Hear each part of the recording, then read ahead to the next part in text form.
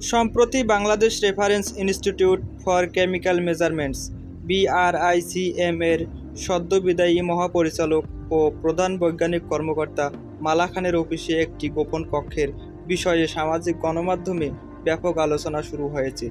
সেখানে অনৈতিক কাজে ব্যবহৃত বিভিন্ন সামগ্রী পাওয়া গেছে, যা নিয়ে নেটিজেনরা হতবাক। খবরে বলা হয়েছে, মালা খানের বিরুদ্ধে দুর্নীতি এবং অফিসে অনৈতিক কর্মকাণ্ডের অভিযোগ উঠেছে।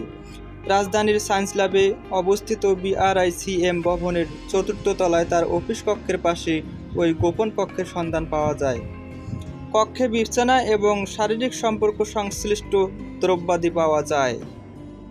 নাগরিক টেলিভিশনের প্রতিবেদন অনুযায়ী, অফিসের অন্যান্য কর্মকর্তা-কর্মচারীরা মালা খানের অনৈতিক কাজের ব্যাপারে সাক্ষ্য দিয়েছেন। তারা জানিয়েছেন, মালা খানকে প্রায় সেই গোপন কক্ষে দেখা যেত এবং কখনো হঠাৎ করে তার কক্ষে গেলে তাকে পাওয়া যেত না। অন্যান্য কর্মচারীরা আরও অভিযোগ করেন, মালা খানের পাশের গোপন কক্ষটি BRICM এর উপদেষ্টা রবীন্দ্রনাথ চৌধুরীও ব্যবহার করতেন। সেই কক্ষে একটি খাট ও সুসজ্জিত আসবাবপত্র পাওয়া গেছে। কর্মচারীরা আরও বলেন, মাঝে মাঝে রবীন্দ্রনাথ রায়কে তার কক্ষে বিব্রতকর অবস্থায় দেখা যেত। এছাড়াও মালা খানের বিরুদ্ধে দুর্নীতি এবং ক্ষমতা অপব্যবহারের অভিযোগও উঠেছে। অভিযোগ করা হয়েছে যে তিনি ক্ষমতা অপব্যবহার করে নানা ধরনের দুর্নীতির সাথে জড়িত ছিলেন। এ ঘটনায় সামাজিক গণমাধ্যমে ব্যাপক প্রতিক্রিয়া দেখা গেছে।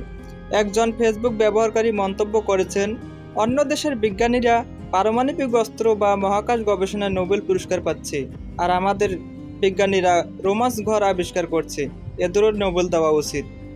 আরেকজন ক্ষোভ প্রকাশ করে বলেছেন, বাংলাদেশের এমনি ধ্বংস হয়নি, প্রতিটি সেক্টরে দুর্নীতি করে আওয়ামী লীগের MP মন্ত্রীরা হিরো হয়েছে।